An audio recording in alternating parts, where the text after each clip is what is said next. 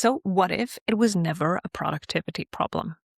What if your way of living life as a mother, as a highly sensitive entrepreneur, juggling between these two worlds, constant context switching, it was never about time management, about productivity, about fitting more into the little time you have, especially when you have small kids. You just have like nap times and the stolen time in the evening to run your business. And I know so many of us feel so called to do it, even though we might have already heard like, oh, wait until the kids are older. But the universe sometimes is insisting on us doing things now. Our soul's calling sometimes is just so big that we want to do things now, regardless of that might be hard.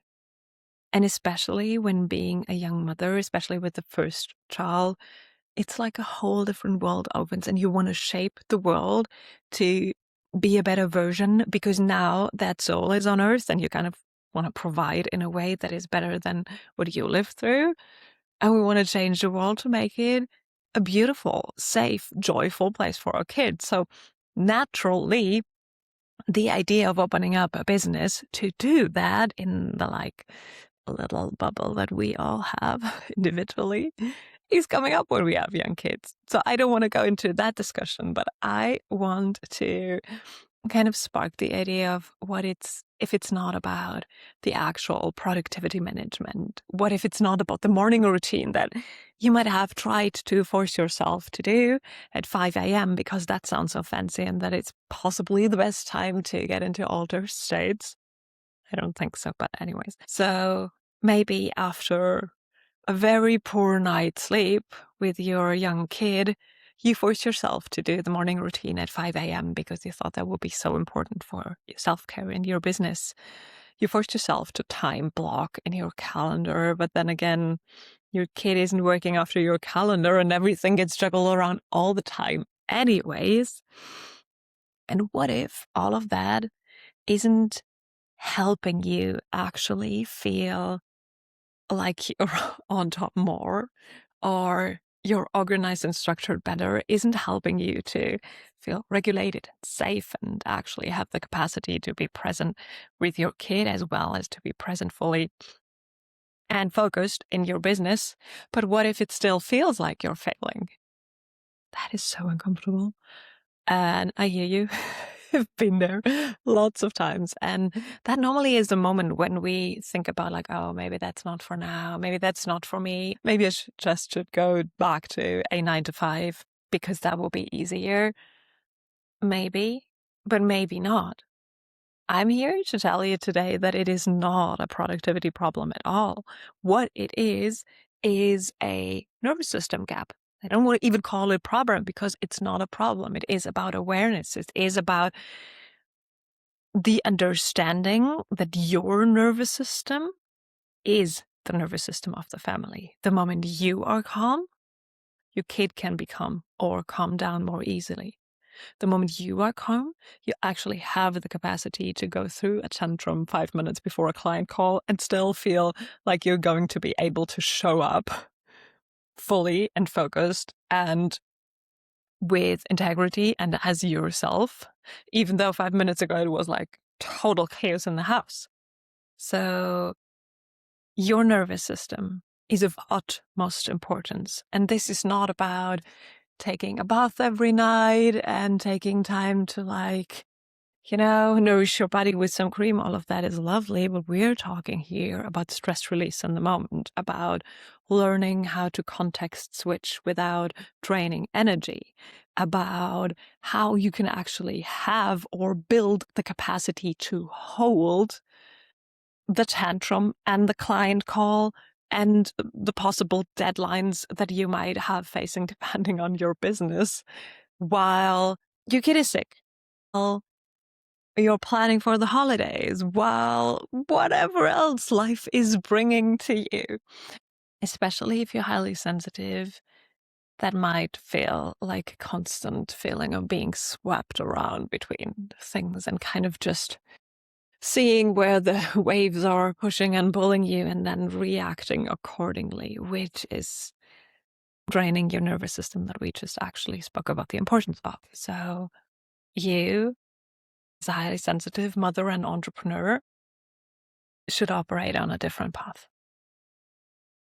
Let's not even say you should operate on a different path, because I'm not putting you in a box, but out of experience, hands-on experience, I can tell you life can be so much more easy, and it can be so fun, and it can be feeling like joy and lightness while doing all the things, when you realize that you're just wired differently, and then act accordingly, not react. Make your life work in a way that is fitting you and not you fitting into it, because you're someone who reads the energy before you even enter the room.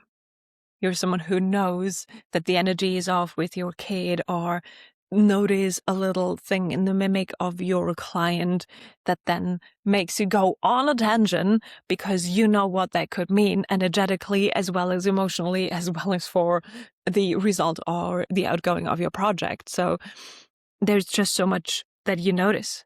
And this constant context switching between kids, family life, responsibilities, planning content, doing client calls, organizing all the things, and we haven't even talked about taxes and billing, that tires you out. So it dysregulates you in a way that you might not even notice, because life is just so full and it goes by like in the blink of an eye, and then you realize like, oh, 5 weeks have gone by and I still haven't done that, but I haven't even noticed.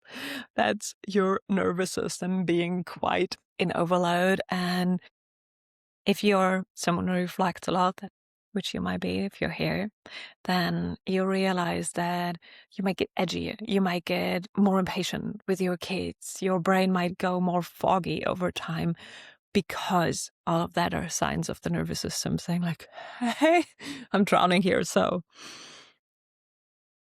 that's a thing to reflect on. And it's also a thing to learn to release all of that stuff and all of the expectation that you feel from your family, from your clients, so that you can actually feel safe and regulate. Not as I'm putting a band-aid on something that is bleeding deeply, but I don't have more time to actually look at it and feel it, but to becoming aware that by regularly committing to yourself, tending to yourself, notice that I don't say fix or heal yourself. You're not broken. You don't need to be fixed, but you can grow your capacity. You can tell your nervous system that you're safe within all of that chaos, that you're able to hold this, and your capacity can expand to hold so much more than you would ever believe. So all of the pressure or nervousness or lack of focus that you're experiencing right now that leads you to thinking that you need better time management, all of that is not a character flaw. This is your nervous system screaming for a different structure, for you allowing to feel through the things that you're experiencing and processing them deeply, because that's what we do as very sensitive beings. And that's also what makes us good in our jobs, excellent in what we do as mothers as well as entrepreneurs. So I want you to really walk away from this video with the knowing, the deep knowing that the problem is not you. The problem is not time management. The problem is not your work or your family or whatever else your brain might have told you. It's 11:11 when I record this. But that just the way society is structured work is just not meant for you. Never was. Never was meant for any of us. So what we need is a different structure. But in between, what we need is building new habits, is learning to regulate our nervous system, is learning to realize that we're not the only ones who struggle with this, who feel a gap between where they are and where they want to be, and a safe place to be held in this without having additional tasks and chores and to-dos from it.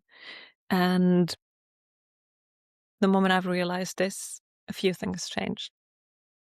confidence changed, the doubt stopped. I felt actually so much more held and seen and understood, and life just gotten more easy, much more fun. It's much easier to just release stuff, and all of that is why I've started building a community for sensitive leaders, where we're going through life together with exactly that. It's called the Sensitive Leaders Collective, and I couldn't be more proud to present it to you today, because I think this really makes a difference. I know this really will make a huge difference in the future, because the future is built by sensitive leaders. The future is built by people who lead from the heart. And if you're here and listening to this, you are. That is clear by the fact that you care for your kids more than you care for a job that is giving you an ego push, or that you do your task in the middle of the night so that you have time with your family, and about 1,000 more pieces of evidence that I'm not going into right now. But what I want to go into right now is inviting you into the Sensitive Leaders Collective, because we're building that new structure together. We're co-creating together, and that looks like tangibly community calls every week, where you can come with something that is like just in your life, and we shift it together. It's not like, oh, poor you. And then you go out with like, yeah, I know, that sucked. But actually shifting energy work, EFT tapping, visualizations, getting you through a therapy session, a meditation, whatever. You get coached by me and anyone else who's in the community, and who you meet, to shift your energy, shift your perspective, shift the way you can think, act, and feel about that situation, whatever it is. Then there's Collab and Inspire calls, where we can come together and say like, hey, I need a podcast guest.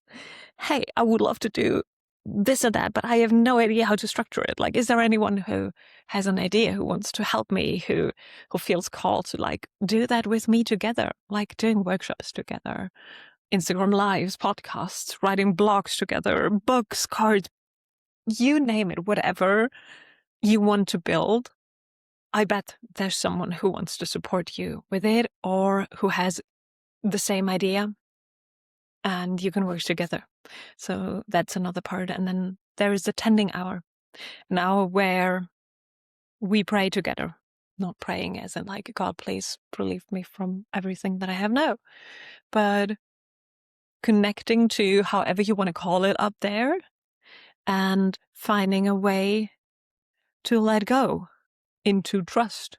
I'll do that. I hold that space for you. If you want to join, you can join. You can just send me what you want me to pray for or about. And I'm just holding a space, opening up a ceremony for all of us to have the energetic layer. We're not just working with the mindset layer. We're not just working with the body layer. We're also working on the energetic grid to smoothen out our lives, and telling the universe in every language possible, spiritual, mental, physical, energetic, what do we desire to call in. So all of that is part of the Sensitive Leaders Collective community that I run on school, and I would love to welcome you in. I would love to get to know you, to build with you, co-create with you, shift with you. And yeah, if you're called to join us, the link is down below. I can't wait to see you in there. Come up with any question that you have, with any idea that you have. We're very open to listen to everything that you have to say and share, and walk that path of life together as a highly sensitive, as an entrepreneur, as a mother, as just a being who wants to shift Earth to something much more beautiful.